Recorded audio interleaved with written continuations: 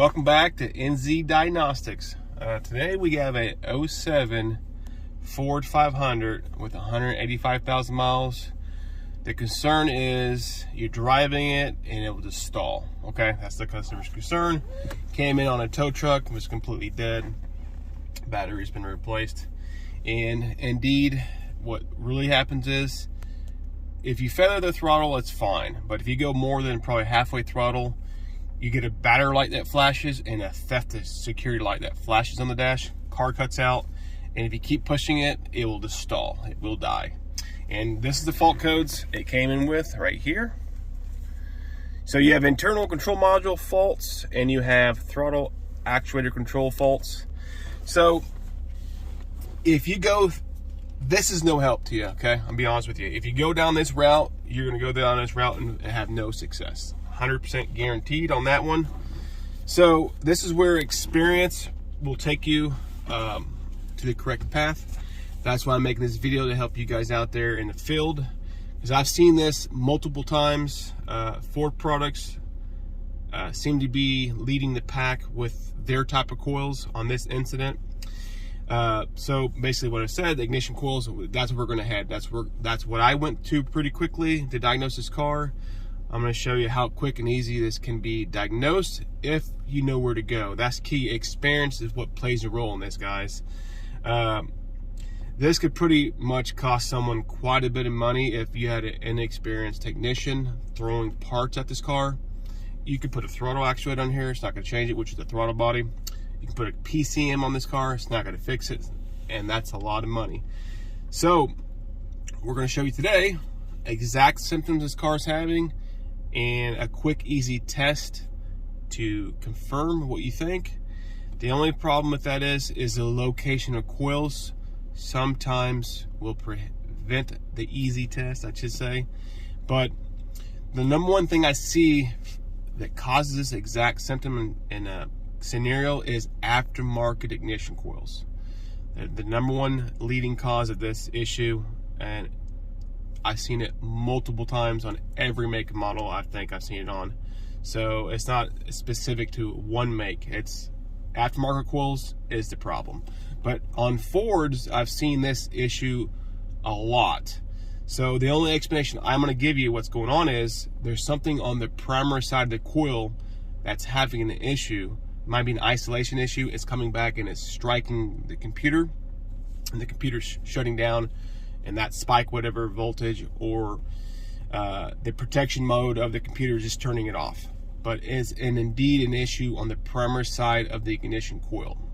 All right, so we're gonna go for a quick drive here, and I'm gonna let you look at, we'll see if she can do the camera work. She's gonna look at the dash here and see if we can get this I know I can get it to act up, but let's see if we can capture it on camera so you can actually see it. See if you can kind of look, focus on this instrument panel here. What you're going to see here when I give you some throttle is the battery light's going to flash and the theft light's going to flash. Okay, let me get to a safe area so I can do this test. If you feather it, it doesn't do it. Of course, it's bright and sunny out here, so all right, here we go. See the lights flashing, going crazy. I'll see if I get this to die. Yep, that died. Completely dead. All right, that is a symptom. Like I said, it can be recreated over and over and over.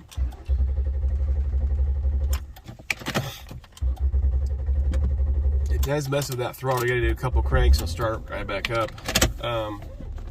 So, battery lights flashing, security light flashing. So, we have a coil problem. The easy way, my diagnosis is I just unplug the coil. And the only problem with that is if you don't have access to the injector, you're at risk of burning up a cat, because you have raw fuel entering the combustion chamber, not being burnt, going to the cat. So I'm not going to do that route with you, because I can't access the injector. I already did that test. It's a quick little test, one drive. I don't want to damage the converter. I did confirm the problem went away, but I do have a brand new coil in that package. We're gonna go back, we're gonna keep the camera going, we're not gonna shut it off. I'm gonna change this coil pack, and we're going for a test drive together. I've already did the test drive with the coil unplugged. And cylinder number 4, I believe, is the coil that we unplugged. And what I normally do is I unplug one coil at a time and then see if the problem goes away. And I unplugged one of the coils, problem went away. And I can do the same thing. I can do a power stall, and that's what I did. I just power stalled it. And I'll show you that. I'll show you that power stall also. And the engine, we pull in here real fast. All right, check the focus on the dash here. I'm just gonna power stall it.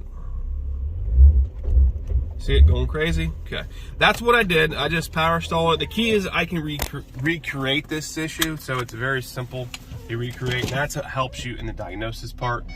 You know what led me to the coil experience? I mean, I've been doing this a long time. I've seen this happen. So I'm gonna go to, if I see this issue, I'm gonna go directly to the coils. So, and that's what I did. That's why I had this video right here to help you guys, so you don't have to go through the trial and tribulations of messing up. All right, come on, Ashley, with me. Let's go change this coil out. All right. Hey, who's the middle one you unplugged, right, Sam? Yeah. This one here? Yeah, it's the middle one. Okay. I think that's like cylinder 5, I believe. 5, yeah, correct. I think 3 is. I think it's 1, 2, 3 in the back, and then 4. Let's say it was 4, but okay. All right, so we're looking at this cylinder right here.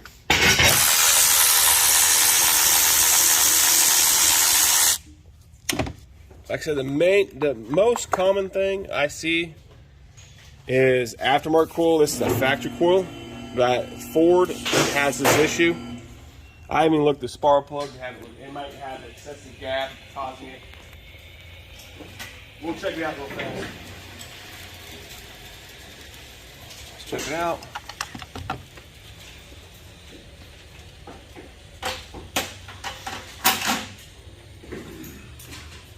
This is going to be the secondary part of the plug here, guys. So, and we have a primary problem. So,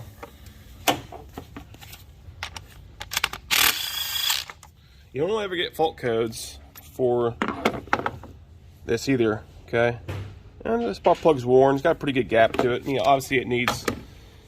I'm going to recommend 6 plugs and 6 coils, but this customer is elected to just do the coil because he wants to get rid of the car. It's their decision. It's not mine. They're the ones paying for the bill here. So I'm going to do what they say.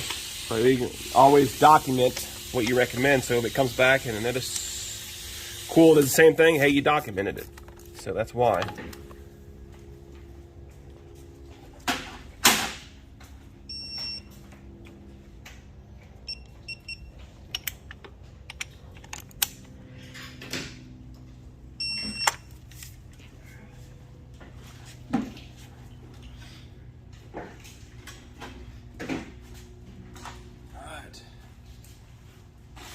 Always go back with the OE coil, in this case, Monocraft.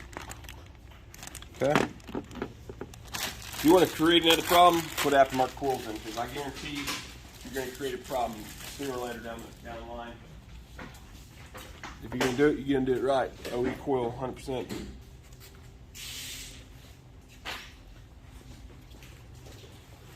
That's all I see here. Dielectric grease already on it. I'm going to put a little bit on the sides.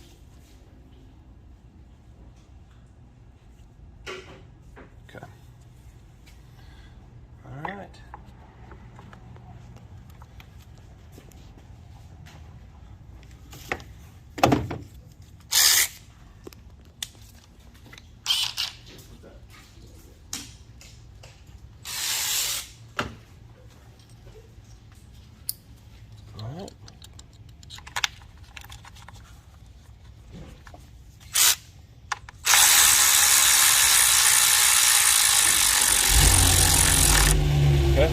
As you can see here, the throttle body, all original, never touched. Okay. All right, let's go check it out. They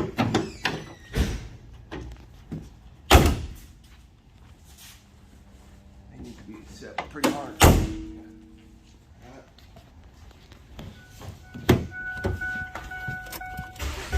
We won't do nothing. I won't clear covers. I won't do anything. We're just gonna go for a quick drive. That is it. There's something there. Oh no, I'm missing something. My stylus pin's missing. All right, let's do this. Check it out. Let's do the power stall here. See if we got anything. Here we go. She's perfect. All right, let's go for a drive.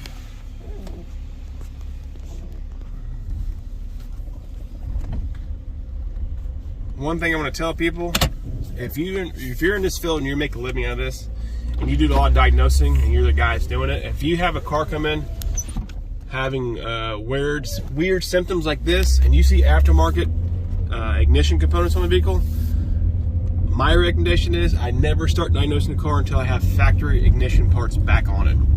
I've had too many times where you've learned, hey, the problem's in the ignition problem.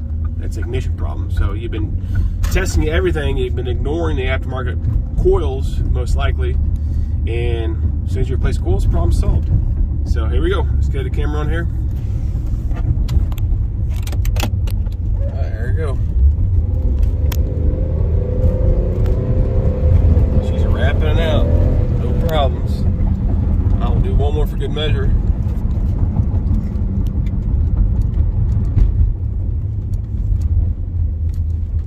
Yeah, I can put an clamp on it and do all this good stuff, but I don't need to, guys. I mean, I could do it just to see what it looks like, but all that's time wasted.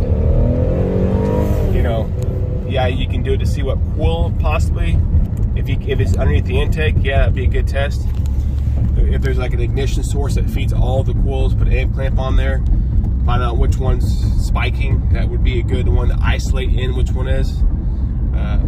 Not a bad idea. But I just did the first three because they're easy to get to. Might as well check it now. Could there be two of them? Absolutely. You could have two coils doing it, but most likely it's just one when the problem actually occurs. So this one's fixed. This one's done. All it needs is a coil, and obviously it needs plugs.